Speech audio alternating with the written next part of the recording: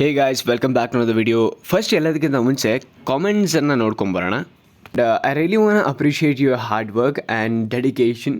ಎಷ್ಟು ಜನ ಗೊತ್ತಾಗಿದೆ ಅಲ್ಲಿ ಆಪ್ಷನ್ ತಪ್ಪಿತ್ತು ಅಂತ ಅಂದ್ಬಿಟ್ಟು ಯಾರು ಹೆದರ್ಕೊಳ್ದೇನೆ ಏನಾಗುತ್ತೆ, ಯಾವ್ದು ಆನ್ಸರ್ ಆಗಿರುತ್ತೋ ಅಂತ ಸುಮ್ಮನೆ ಅಲ್ಲೇ ಗೆಸ್ ಮಾಡ್ದೇನೆ ಎಕ್ಸಾಕ್ಟಾಗಿ ಆನ್ಸರ್ ಮಾಡಿದ್ದೀರಾ. ಅವ್ರನ್ನೆಲ್ಲ ಲಿಟ್ರಲಿ ಅಪ್ರಿಷಿಯೇಟ್ ಮಾಡ್ತಿದ್ದೀನಿ ನಾನು. You don't have to worry about the options. ಆಯಿತಾ, ಆಪ್ಷನ್ಸ್ ನೀವು ನೋಡೋಕ್ಕೆ ಹೋಗಬೇಡಿ. ಅಕಸ್ಮಾತ್ ನಿಮ್ಗೆ ಏನೂ ಗೊತ್ತಿಲ್ಲ ಅಂತಂದಾಗ ಆಪ್ಷನ್ಸ್ ಕಣ್ಣಾಯಿಸ್ಬೇಕೇ ಹೊರತು ನಿಮಗೆ ಆ ಪ್ರಾಬ್ಲಮ್ ಮಾಡೋಕ್ಕೆ ಗೊತ್ತಿದ್ದರೆ ಆಪ್ಷನನ್ನು ನೋಡೋಕ್ಕೆ ಹೋಗಲೇಬಾರ್ದು. ಆಯಿತಾ, get the answer and submit the answer ಅಷ್ಟೇ. ಆಯಿತಾ, ನಿಮ್ಗೆ ಅಕಸ್ಮಾತ್ ಅಲ್ಲಿ ನಿಮಗೆ ಬಂದಿರೋ ಆನ್ಸರು ಅಲ್ಲಿ ಇಲ್ಲದೇ ಇದ್ದರೆ ಒಂದೊಂದ್ಸತಿ ಗ್ರೇಸ್ ಮಾರ್ಕ್ಸ್ ಅಂತ ವರ್ಡ್ ಕೇಳಿದ್ದೀರಾ.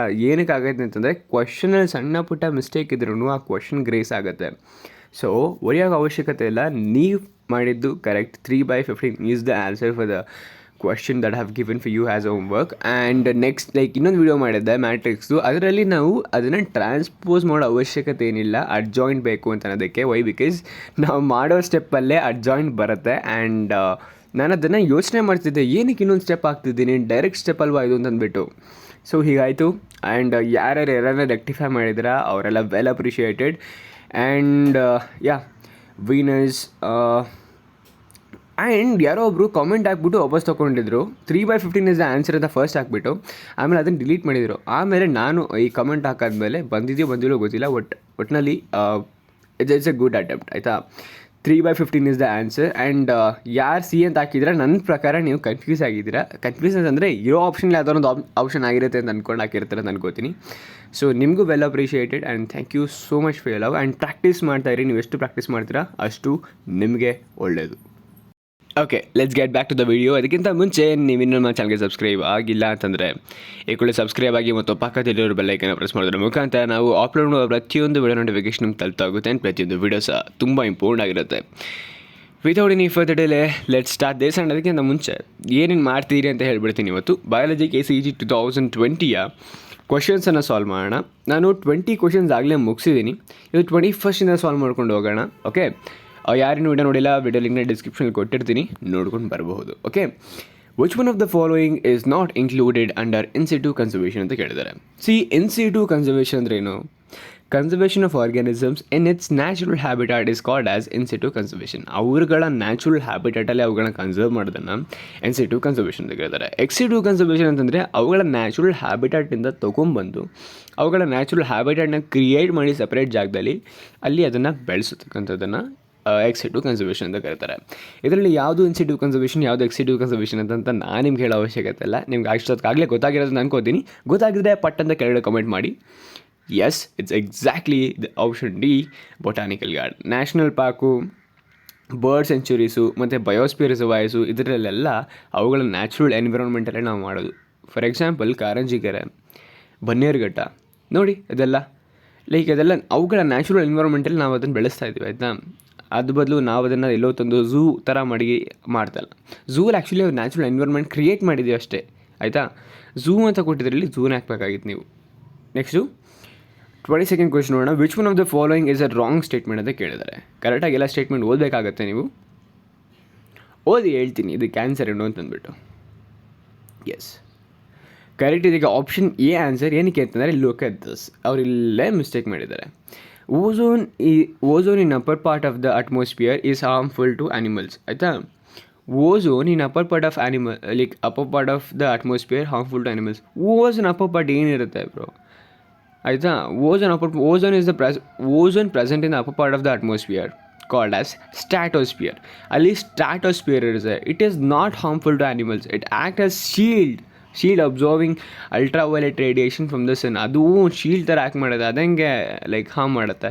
ಸೊ ಫಸ್ಟ್ ಸ್ಟೇಟ್ಮೆಂಟ್ ರಾಂಗ್ ಆಗಿದೆ. And most of the forest have been lost in the tropical areas. Yes, it's true. Green house effect is a natural phenomena. Yes, it's true. And eutrophication is a natural phenomena in fresh water lakes. Yes, eutrophication ಆಗುತ್ತೆ. 3 correct. Option A is the wrong answer. ಗೊತ್ತಾಯಿತು ಅಂತ ಅನ್ಕೋತೀನಿ. Look at the 23rd question. According to Supreme Court of India ruling with respect to Bharat Stage 6 norms, from which date these are supported to be implemented in the country ಅಂತ ಕೇಳಿದ್ದಾರೆ. ಈ ಡೇಟ್ಸ್ಗೆಲ್ಲ ನನಗೆ ಜ್ಞಾಪಕ ಕಟ್ಕೋಬೇಕಾಗತ್ತೆ. ಇದು ಯಾವ ಟೆಕ್ಸ್ಟ್ ಬುಕ್ಕಲ್ಲಿದೆ ಅಂತ ನನಗೂ ಗೊತ್ತಿಲ್ಲ. ಒಟ್ಟಲ್ಲಿ ಡೇಟ್ಸ್ ಜ್ಞಾಪಕ ಇಟ್ಕೊಂಡಿರಿ. 1st April 2020 ಇದು ಸ್ಟಾರ್ಟ್ ಆಗಿದ್ದು. ಆಯಿತಾ, ಓಕೆ 24th ಕ್ವೆಶನ್ಗೆ ಹೊಂಟೋಗೋಣ. ಈಗ ನಾನು ನಿಮ್ಗೊಂದು ಹೇಳ್ಕೊಡ್ತೀನಿ, ಇದನ್ನು ಜ್ಞಾಪಕ ಇಟ್ಕೊಳ್ಳಿ ಸಾಕು. ಈ ಥರ ಬಂದರೆ ಆಲ್ಮೋಸ್ಟ್ ಬರುತ್ತೆ. ಫೈಕೋಮೈಸೆಟ್ಸು, ಆಸ್ಕೋಮೈಸೆಟ್ಸು, ಬೆಸಿಡಿಯೋಮೈಸೆಟ್ಸು, ಡಿಟೆರೋಮೈಸೆಟ್ಸು, PA ಆಯ್ತು, PABD ಆಯಿತಾ. ಇಲ್ಲಿ ನೋಡ್ಕೊಳ್ಳಿ ಏನು ಮಾಡಬೇಕು ಅಂತಂತ, ಪಿಗೆ ಎ ಆಯಿತಾ, ಎಗೆ ಪಿ ಉಲ್ಟಾ ಜ್ಞಾಪಕ ಇಟ್ಕೊಳ್ಬೇಕು. ಪಿಗೆ ಎಗೆ ಪಿ, ಆ್ಯಂಡ್ ದೆನ್ ಬಿಗೆ ಪಿ, ಆ್ಯಂಡ್ ದೆನ್ ಡಿಗೆ ಎ. ಸಿ ನಿಮಗೆ ಆಪ್ಷನ್ಸ್ ಇದೆ ಈ ಪೈಕೋಮೈಸೆಸ್, ಆಸ್ಕೋಮೈಸೆಸ್, ಬೆಸಿಡಿಯೋಮೈಸೆಸ್ ಮತ್ತು ಡಿಟೆರೋಮೈಸೆಟ್ಸು.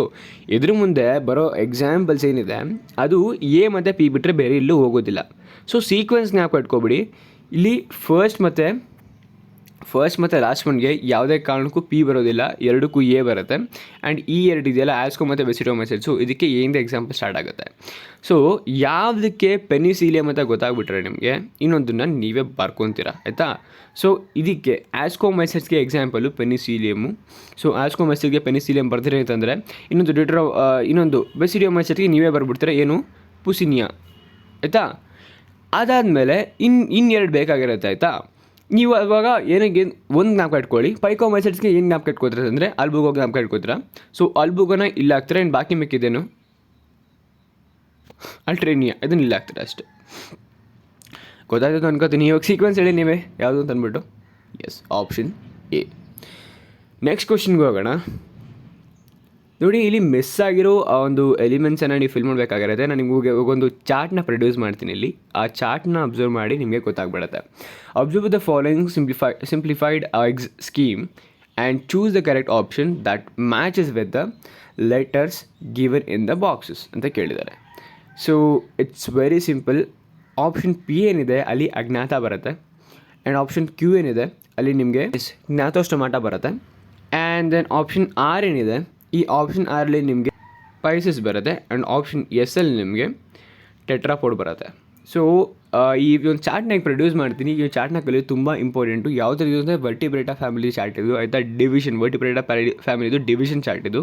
ಇದನ್ನು ಆ್ಯಕ್ಚುಲಿ ಇದನ್ನು ಯಾಕೆ ಕೇಳಿದ್ರೆ ಅಂತ ಗೊತ್ತಿಲ್ಲ ನನಗೆ, ಬಟ್ ಆದರೆ ಈ ಥರ ಕ್ವಶನ್ಗಳು ಕೇಳ್ತಾ ಇರ್ತಾರೆ. ಇವನ್ ನೀಟಲ್ಲಿ ಒಂದು ಈ ಥರ ಕ್ವಶನ್ ಅಪಿಯರ್ ಆಗಿದೆ ನೋಡಿ. ಆ್ಯಂಡ್ ಫ್ಲೋರಲ್ ಫಾರ್ಮುಲಾ, ಫ್ಲೋರಲ್ ಡಯಾಗ್ರಾಮ್ಗಳ ಬಗ್ಗೆ ನಾನು ಆಗಲೇ ವಿಡಿಯೋ ಅಪ್ಲೋಡ್ ಮಾಡಿಲ್ಲ. ಇದ್ರ ಬಗ್ಗೆ ಡೀಟೇಲ್ಡ್ ಇನ್ಫಾರ್ಮೇಷನ್ ನಾನು ನನ್ನ ಇನ್ಸ್ಟಾಗ್ರಾಮ್ ಪೇಜಲ್ಲಿ ಅಪ್ಲೋಡ್ ಮಾಡಿದ್ದೀನಿ. ಯಾರಿನ್ನೂ ಫಾಲೋ ಮಾಡಿ ಅದನ್ನು ಆ್ಯಕ್ಸೆಸ್ ಮಾಡಬಹುದು.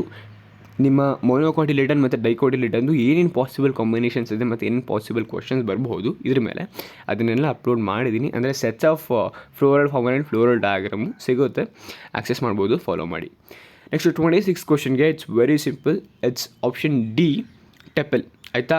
ಇಲ್ಲಿ ಏನು ಕೇಳ್ತಿಲ್ಲ ಕಂಡ್ರೋ, ಈ ಡಯಾಗ್ರಾಮಲ್ಲಿ ಈ ಒಂದು ಔಟರ್ ಪಾರ್ಟ್ ಏನಂತ ಕರೀತಾರೆ, ಲೈಕ್ ಇದರಲ್ಲಿರೋದು ಏನಂತ ಕರೀತಾರೆ ಅಲ್ಲೇ ಮೆನ್ಷನ್ ಮಾಡಿದ್ದಾರೆ, ಟೆಪಲ್ ಅಷ್ಟೇ ಅದು ಆಯಿತಾ. ಟೆಪಲ್ ಯಾವುದು ಇದನ್ನೆಲ್ಲ ಅದ್ರಲ್ಲಿ ಮೆನ್ಷನ್ ಮಾಡಿ, ಲೈಕ್ ಒಂದು ಫೋಟೋದಲ್ಲೆಲ್ಲ ಮೆನ್ಷನ್ ಮಾಡಿದ್ದೀನಿ. ಸೊ ಅದು ನೋಡ್ರೆ ನಿಮ್ಗೆ ಗೊತ್ತಾಗ್ಬಿಡುತ್ತೆ. ಹೋಗಿ ಫಾಲೋ ಮಾಡಿ ಅದನ್ನು ಆ್ಯಕ್ಸೆಸ್ ಮಾಡಿ. 27th ಕ್ವಶನ್ ನೋಡಿ. A student observes grass and hibiscus plants in his garden during noon. ಅವನು ಮಧ್ಯಾಹ್ನ ಟೈಮಲ್ಲಿ ಇದನ್ನು ನೋಡ್ತಾನೆ ಆಯಿತಾ.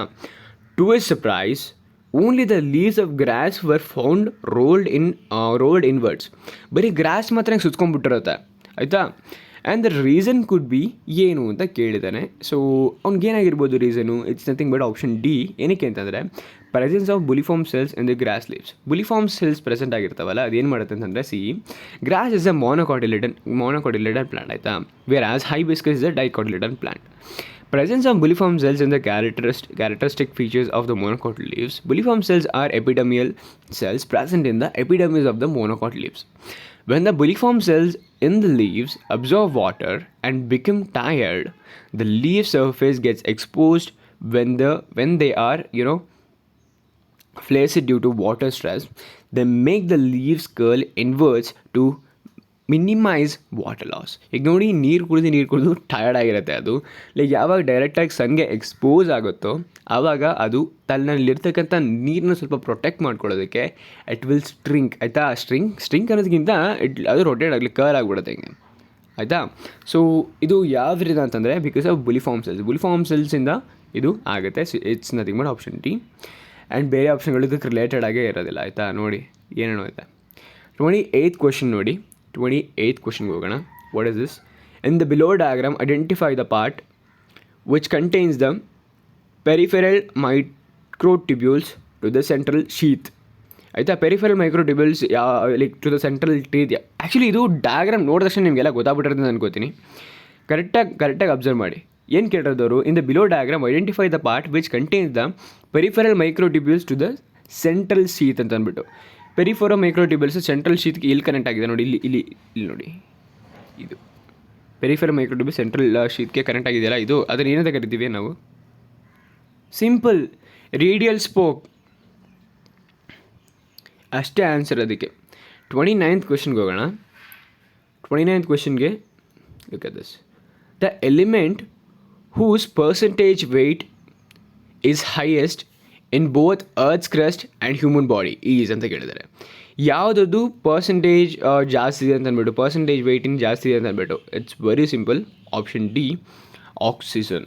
ಅರ್ಥಲ್ಲೂ ಮತ್ತು ಇದರಲ್ಲೂ ಜಾಸ್ತಿ ಇದೆ. ಹೇಗೆ ಅಂತಂದರೆ ನಾನು ನಿಮಗೆ ಒಂದು ಈಗ ಚಾರ್ಟ್ ಕೊಡ್ತೀನಿ. ಆ ಚಾರ್ಟಲ್ಲಿ ನಿಮ್ಗೆ ಗೊತ್ತಾಗುತ್ತೆ ಯಾವುದಕ್ಕೆ ಪರ್ಸೆಂಟೇಜ್ ಏನಿದೆ. Hydrogen, carbon, oxygen, nitrogen, sulphur, sodium, calcium, magnesium ಮತ್ತು ಸಿಲಿಕಾನ್ ಎಲ್ಲದಕ್ಕೂ ಇದೆ. ಅಲ್ಲಿ ಪ್ರೊಡ್ಯೂಸ್ ಯು ದ ಚಾರ್ಟ್. ಆ ಚಾರ್ಟ್ನ ನೋಡಿ ನಿಮಗೆ ಗೊತ್ತಾಗುತ್ತೆ ಆಕ್ಸಿಜನ್ ಕಂಟೆಂಟ್ ತುಂಬ ಜಾಸ್ತಿ ಇದೆ ಈವನ್ ಅರ್ತ್ ಕ್ರಸ್ಟಲ್ಲೂ ಮತ್ತು ಹ್ಯೂಮನ್ ಬಾಡಿಯಲ್ಲೂ ಸಹ. ಹ್ಯೂಮನ್ ಬಾಡಿಯಲ್ಲಿ 65 ಇದೆ ಆ್ಯಂಡ್ ಅರ್ತ್ ಕ್ರಸ್ಟಲ್ಲಿ 65% ಇದೆ ಆ್ಯಂಡ್ ಅರ್ತ್ ಕ್ರಸ್ಟಲ್ಲಿ 46.6% ಇದೆ. ಆಯಿತಾ. ಓಕೆ, 29th ಕ್ವೆಶನ್ ಆಯಿತು. 30th ಕ್ವೆಶನ್ ನೋಡೋಣ. Identify the event in the meiosis mediated by the enzyme recombinase. ಆಯಿತಾ. ಇದು ಏನು ಅಂತಂದರೆ option D, crossing over. Chiasma crossing over ಅಂತ ಇದೆ ಅಲ್ವಾ, ಇದೊಂದೇ ಜ್ಞಾಪಕಟ್ಕೊಳ್ಳಿ. ಕಯಾಸ್ಮಾ ಕ್ರಾಸಿಂಗ್ ಓವರ್ ಒಂದೇ. ಇದರಲ್ಲಿ event like mediated by enzymes. ಇಲ್ಲಿ ಎಲ್ಲ ಈವೆಂಟು ಇಂಡಿಪೆಂಡೆಂಟಾಗಿ ಆಗುತ್ತೆ. ಆಯಿತಾ. ಈ ಕಯಾಸ್ಮಾ ಕ್ರಾಸಿಂಗ್ ಓವರ್ ಮಾತ್ರ ಈ ಎಂಜೈಮ್ ಹೆಲ್ಪ್ ತೊಗೊಂಡು ಆಗುವಂಥ ಪ್ರಾಸೆಸ್ಸು. ಸೊ ಅದಕ್ಕೋಸ್ಕರ ಆಪ್ಷನ್ ಡಿ. ಸೊ ಇವತ್ತಿಗೆ 30 ಕ್ವೆಶನ್ಸ್ ಸಾಕು. ನೆಕ್ಸ್ಟ್ ವಿಡಿಯೋದಲ್ಲಿ ಸಿಗೋಣ. So yeah, thanks for watching. Happy learning.